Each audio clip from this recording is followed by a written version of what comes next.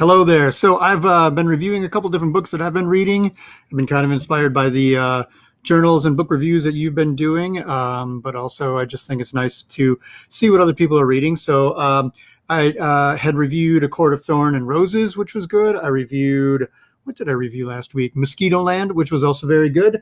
And actually, what I'm going to review is a book that I don't have in front of me right now, which is not The Institute. I just wanted to hold the book up.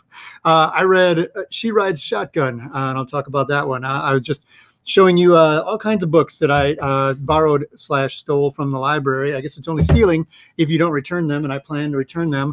I took a stack of books along with the green screen and the really nice recording microphones and all kinds of other things, selfie sticks and all kinds of weird things for camera work and all that. So I didn't know how long we were going to be home. Looks like we're going to be home a long time. So I have a lot of books. I have at least an armload of books that I brought home from the library and from other teachers and from my own classroom. That being said, all right. So I've read Rides Shotgun because I talked about it in class. But as I was like cleaning up my room, I saw a copy of it there and I was like, what if I read this one again? Or I know that, friends and family sometimes ask me for books because I have a lot of books. I read a lot, and sometimes they're like, just don't waste my time with the bad stuff. Just give me something good. And I got to say, like, She Rides Shotgun is it's not in my top 5 all time. I don't know what that is. Don't ask me. That's a stressful question.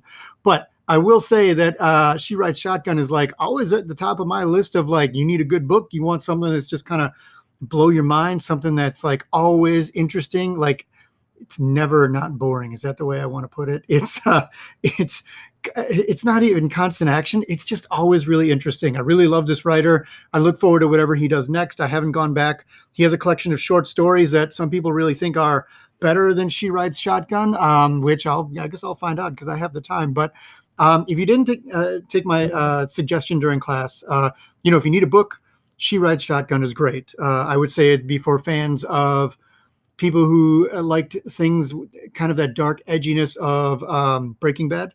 Maybe if you read the book, it actually reminds me a lot of No Country for Old Men. Like, it's got that kind of hardness about it. Like, it's got that cold wind blowing through you, like bad stuff happens to people. And it's just, once things are set in motion, you can just be a part of it or you can just let stuff happen. So basically the story is Nate gets out of prison. On the day before he's about to get out, somebody from the Aryan Nation approaches him and says, "This is what you're going to do when you get out." And he's like, "No, I did my time. I'm not doing any of that." And the guy's like, "You don't understand.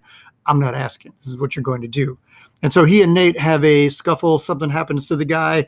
And Nate kind of plays it cool and gets out, and nobody knows who did this to this Aryan Nation guy.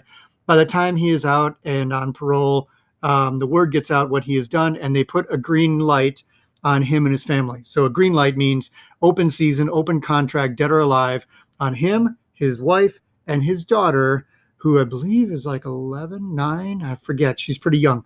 And so like he shows up at school to pick up his daughter. His daughter's a bit socially awkward, kind of exiled by other kids, that kind of thing. Never feels like she fits in.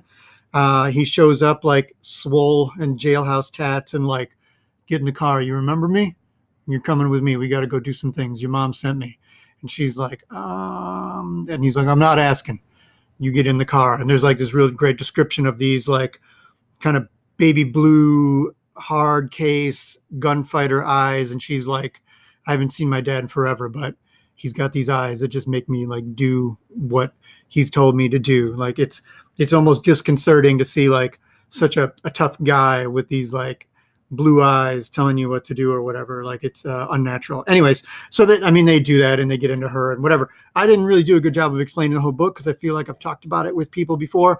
But one of my favorite things about it, Nate's a great character and he becomes a decent father and redeems himself and all that. No spoilers really, but Polly is like the real showcase here. Polly is this fantastic character who's like, she doesn't fit in. She doesn't know what to do with herself. She feels like she's really, really smart, but she doesn't like anything about the life that she's got. And when she sees her dad like rough some people up and that kind of thing, it's like it unlocks as part of her, this rage that she had in her, that she was like, "I was always taught that I was bad and that this is wrong. But here's dad like doing these things that I would totally do, and like I would go further than him, and these people deserve even worse. And like when he sees that in her, he's like, you got to learn how to temper this. And so, he teaches her how to fight, teaches her how to scrap, teaches her how to do like chokeholds and stuff like that, and how to like read people and what they're going to do, and like they become this really beautiful